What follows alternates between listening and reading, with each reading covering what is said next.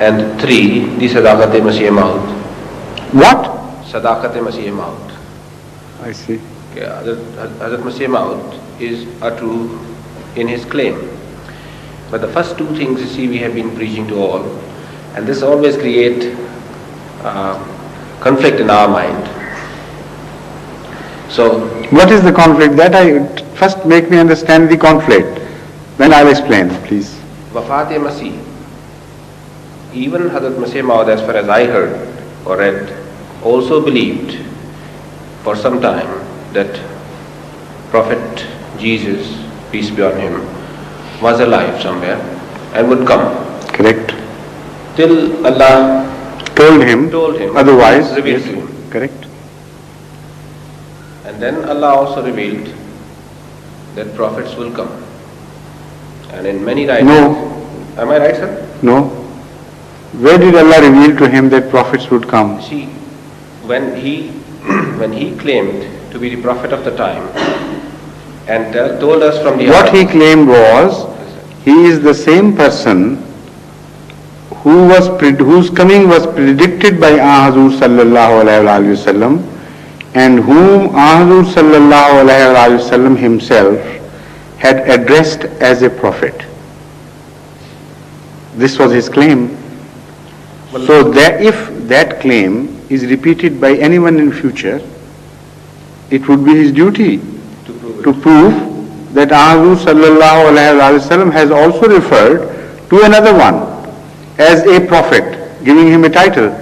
If he proves it, most welcome. The people of his time would willy-nilly believe in him. Allah would force them to accept him. Sir, the particular verse, وَمَنْ يُطِعِ اللَّهَ مَنْ يُطِعِ اللَّهَ وَرَسُولَهُ, that particular point out yes, that there will be Nabiyin. No, it doesn't. It doesn't at all. Because when you say Minan Nabiyina, it does not mean plural would come. It's a way of expression. It's a language. You should understand first the grammar of Arabic to translate this word. Minan Nabiyina means from among the prophets, and it refers to the previous prophets, because it are they who are mentioned. You must first understand the full text of this verse. Only then your confusion in your mind would be removed. The claim is, مَنْ يُطِعِ اللَّهَ وَالرَّسُولَ, whoever believes, obeys Allah and the Prophet, Hazrat Muhammad Mustafa Sallallahu Alaihi Wasallam. Now this whoever is a plural as well as a singular. The number is not mentioned. A possibility is opened. That has to be kept in mind. A possibility is opened that whoever obeys Allah and follows his Prophet Muhammad, peace be upon him, Sallallahu Alaihi Wasallam, would be counted among those who appeared before them,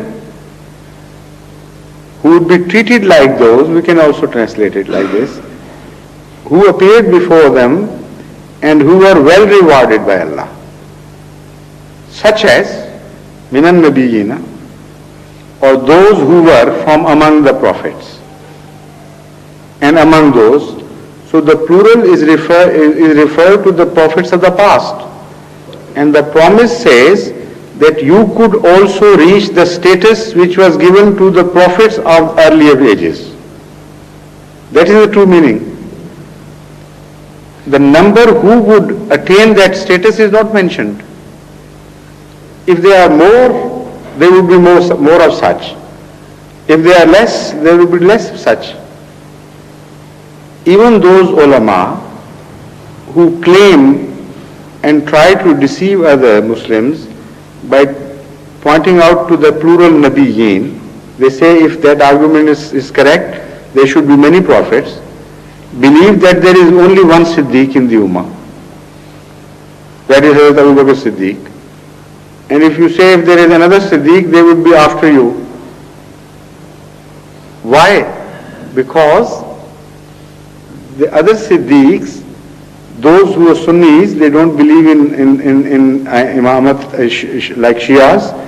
They claim that there was just one Siddiq. Well, this verse says Siddiqina. That is also plural.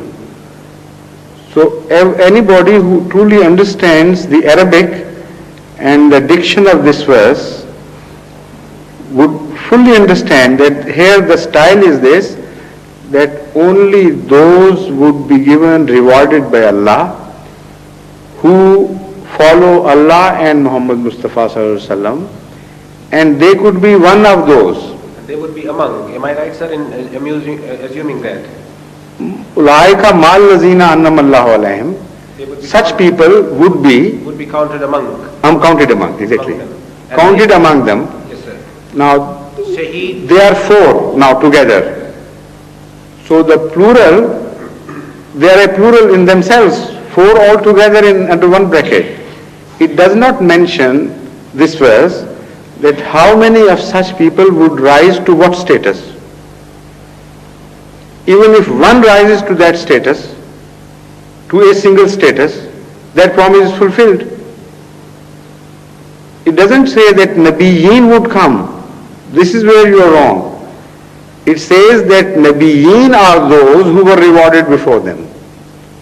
Siddiqeen are those who were rewarded before them. Salihin are those who were rewarded before them, and Shahideen is first, are those who were rewarded before them.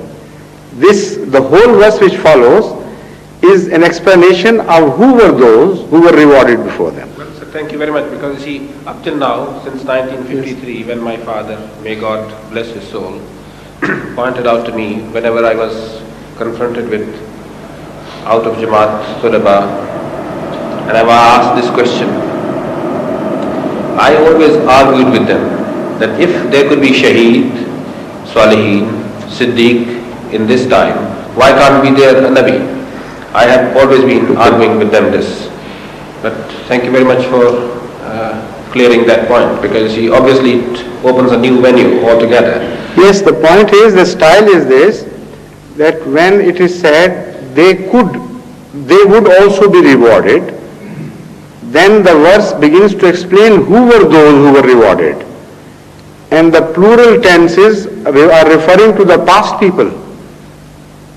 And they were of course Nabiyyin and Siddiqeen and Shahideen and Solaha. They were all in the plural. So this verse is referred to them. So anybody who follows could be one of those. This is the meaning of the verse. And the number of how many would follow, that is not mentioned. But apart from that, I believe that when Hazrat Sallallahu Alaihi Wasallam says that ulama ummati ka anbiya bani Israel, they are also covered with this verse. They are among those who are like Nabiyyin before them. This is exactly what is said. So the question of plural does not arise in any way. I mean, they are in plural, in fact. Hazrat Masih Maud alayhi salatu is one of the subordinate prophets. That is what we can say. And the number of subordinate prophets is much larger than you can conceive. Because there are two types of subordinate prophets. One whom Hazrat Sallallahu Alaihi Wasallam gave the title himself by saying he would be Nabi. And in between him and myself, there would be no one with the title of Nabuwwat. That is what Hazur Akram Sallallahu Alaihi Wasallam has said so many words. Yet he says that there will be so many of my ulama who would be like the prophets of the old. And this verse is also referring to the prophets of the old. Man yuti Allah wa Rasulullah fa ulaika mallazina annamallahu alaihim. People of the past on which Allah Ta'ala appeared with grace and mercy and rewarded them. So they would be counted among those, and this is what he is saying, that ulama ummati would be like the prophets of the old. So there are so many. This is what I have been trying to explain to him, that don't underestimate the status of even those who are not entitled prophet in ummah, because according to Ahzur sallallahu alaihi wasallam and according to this promise